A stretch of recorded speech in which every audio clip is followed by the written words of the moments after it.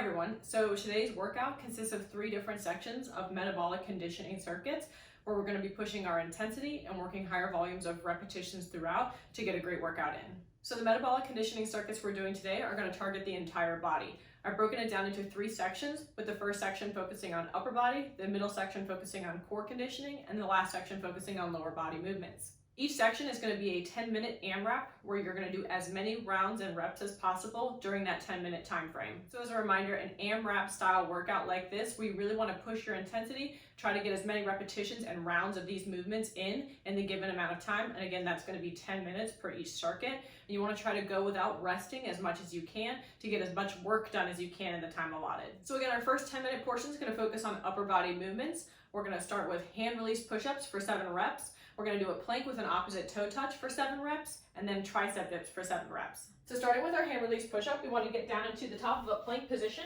with the palms aligned underneath the shoulders and the feet hips width apart and the body nice and straight. From here, we're going to bend at the elbows to drop the body to the floor, release the hands from the floor, and then press back into it to push the body back up to the starting position.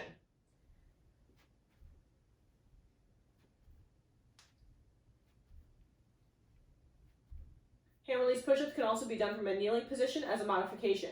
So in a kneeling hand release push-up, you want the knees slightly behind the hips with the neck, back, and hips forming a nice straight line. Then we're going to perform the same movement as the full hand release push-up, where we drop down, let go of the hands, push back into the ground, and push up.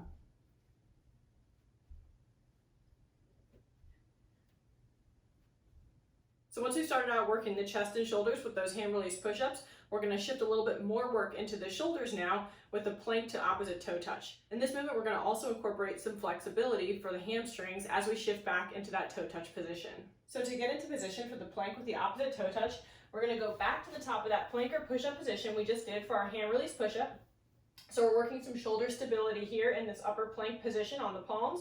And then from here, we're going to shift the hips back into a pike push-up position, also known as a downward dog, to tap one set of fingertips to the opposite set of toes. And then we'll switch. Make sure you come back to the plank position in between each repetition.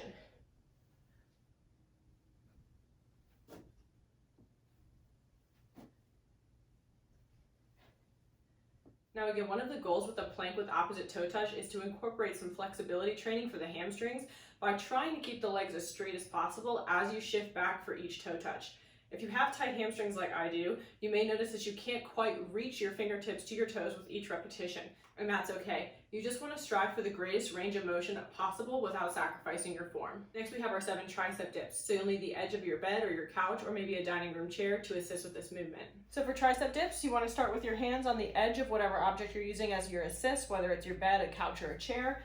And you're going to scoot your butt off of the edge of the couch or bed. Make sure your chest is up and your back is straight, and then you're going to slowly bend at the elbows to drop your body across the edge of the object you're using, and then push yourself back up by pressing into the edge of the object until your arms are fully extended.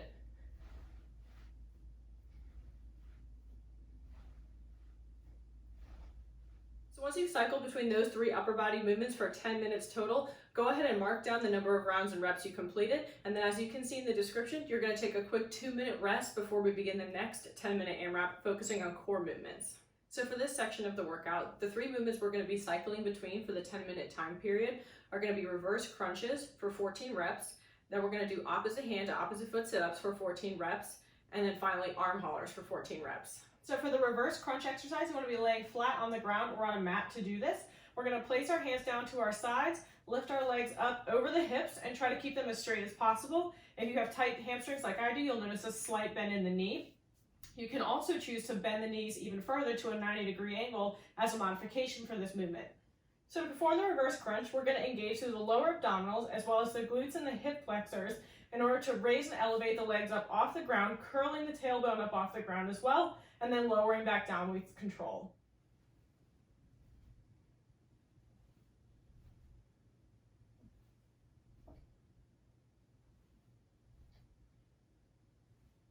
Next, we have our opposite hand to opposite foot sit-ups, and we're also going to be laying down on our back for this exercise. So for opposite hand to opposite foot sit-ups, remember you want your legs fully lengthened out away from your body, and we're going to lay down flat, stretching our arms out directly to our sides with palms facing down. And the arm and leg in this movement should stay as straight as possible, again incorporating some hamstring flexibility for the lower portion of the body. So as we sit up, we're going to reach across the torso to the opposite leg that's rising up.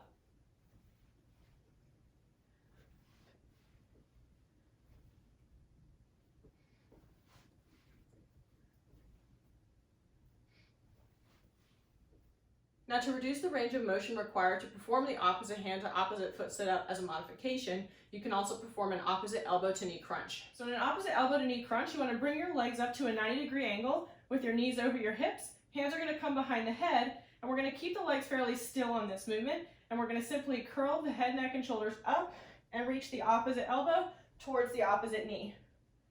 Make sure you lower your head, neck, and shoulders fully to the floor in between each repetition.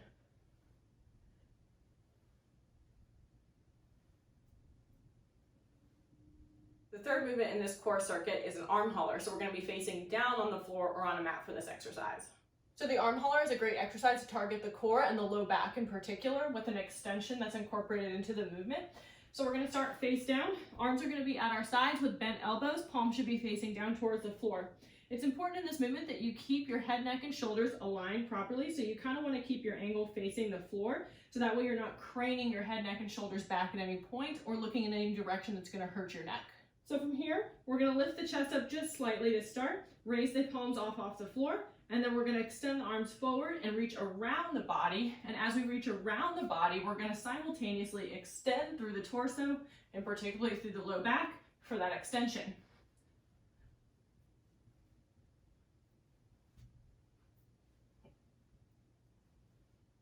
Now with a movement like an arm hauler, everyone's spinal mobility through their mid and lower portion of their back is going to be a little bit different.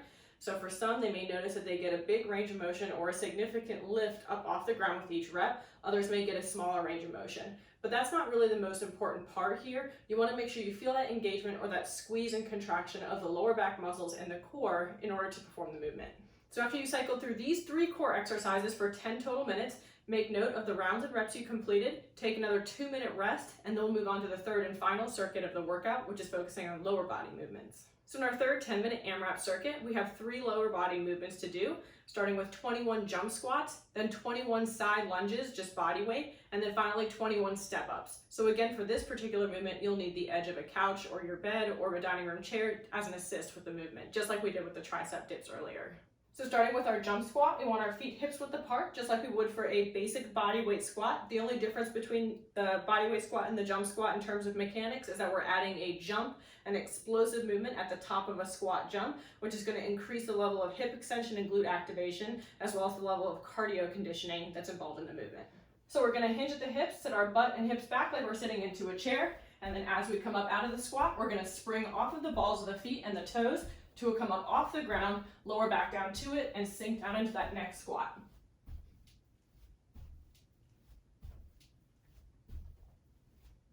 So for side lunges, we're going to start from a tall standing position with the feet together. Pick a leg to start with. I'll use my right. We're going to step directly to the side of the body, but keep the toes facing forward as we sink into that side lunge. So we'll step the leg out, allowing the inside leg to straighten, sink down into that side lunge position so the hips are shifting back, the butt is pushed back as well, and that knee is not exceeding the toes. The weight remains through the heel. Then we'll push back up to our starting position and switch sides.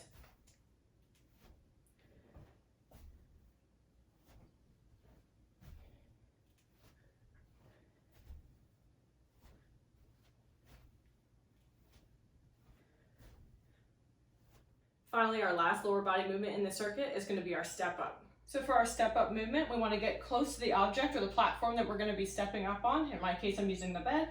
You're going to take one leg at a time, step directly forward up onto the step, push up through that opposite leg to meet the first leg at the top. Then you're simply going to step back down and repeat.